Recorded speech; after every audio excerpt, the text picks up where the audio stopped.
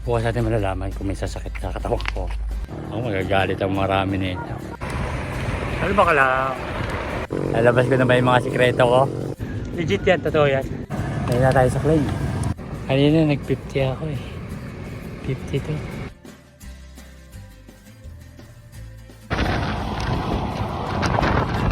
Good morning mga madlang kabudol. Today's ride. Trading lang. At bago yung setup natin. Nakakuha ko na yung timpla ng ating bike. Kanina tuwa lang ako eh. Hindi ako makapag-video eh. Ganyan ako mag-bike. Ganyan ako.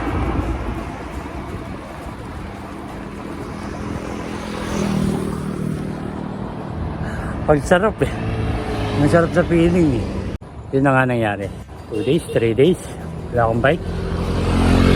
Sumakit ang pigi ko. Promise, totoo yun. Yun yung sinasabi ko. Pag wala ka sa bike fit.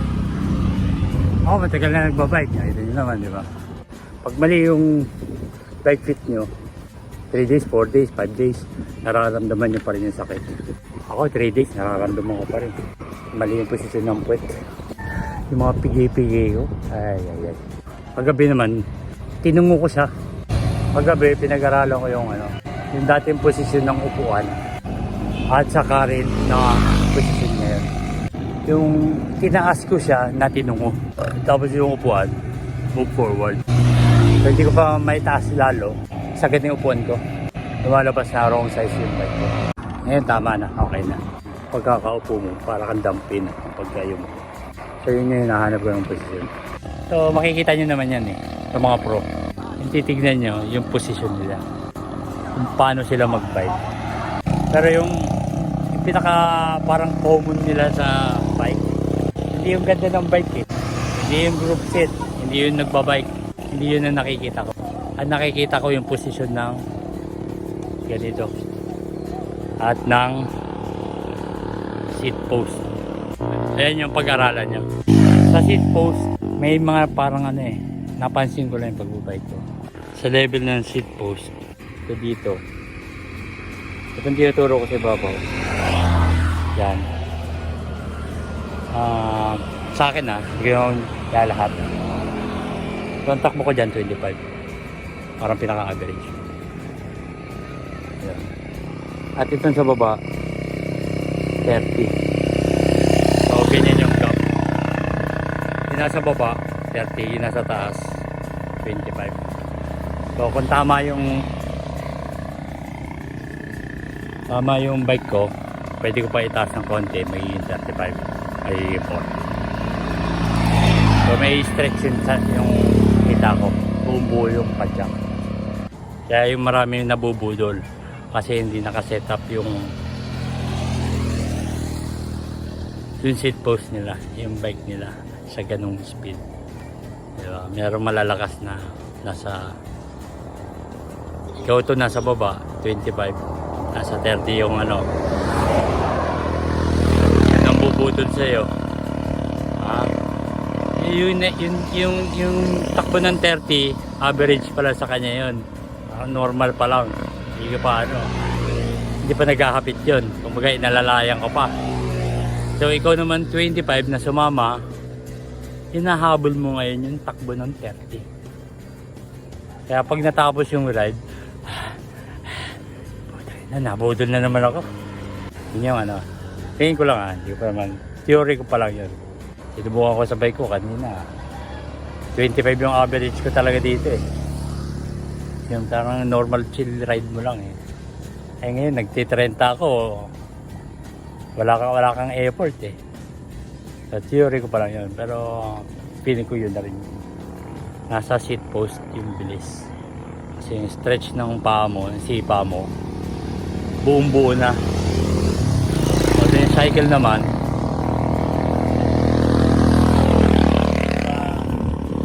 sa sandals ko,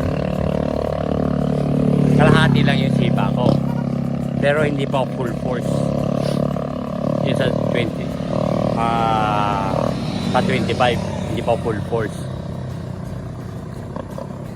Kalahati lang yung sipa. pero wala pa yung power. Ngayong pinasok yung upuan, kalahati pa rin yung sipa, pero umangat ng konti yung power ng sipa kasi may stretch yung paa, may stretch yung ano natin, pagsipa ng may power.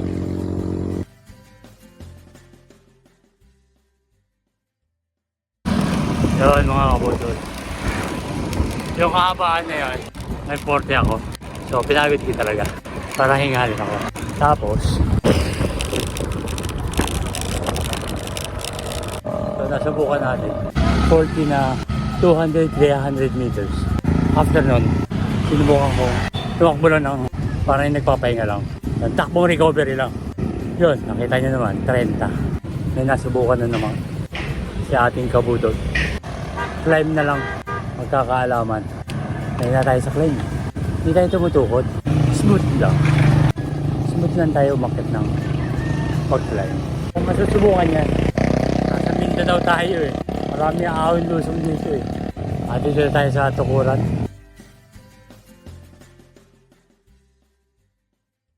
Yun mga kabulol, madalawang balik na ako. Yung dulo na ito, yung nakikita nyo, may parusong na konti, mga negative 2% rated. Pwede yun. Babanaran mo kayo ng sprint. Malayo siguro na ito mga 1, 2, 3, 4, 5. Sabihin natin mga 800 meters. So yung 800 meters na to, sprint mo. So hindi mo yung kailangan na ensayo lang. Kung kaya mong i-stretch hanggang dyan sa dulo, stretch mo. So yun lang. So sprint ka, sprint. So recovery mo dito. Ikaw magpapahinga. Sprint ulit. Pahinga ka ng konti. Sprint ka ulit doon. Hanggang doon sa may may tao lang. So alternate sprint, recovery yung kanto para ma-boost yung ating sprint. Balik ulit ako, balik ensayo na ensayo hanggang sa makuha natin yung ating saddle, magamay natin yung seat post, yung ating posisyon. Okay na eh. Kanina nag-50 ako eh. 52.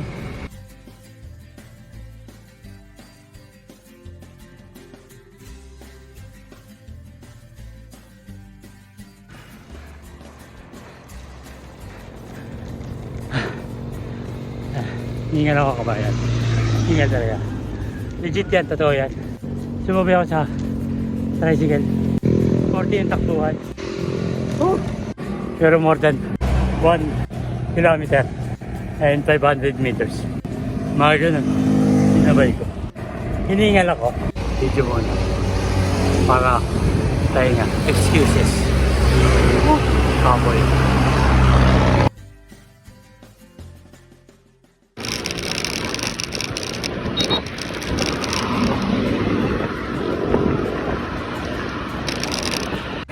Kalma ka lang.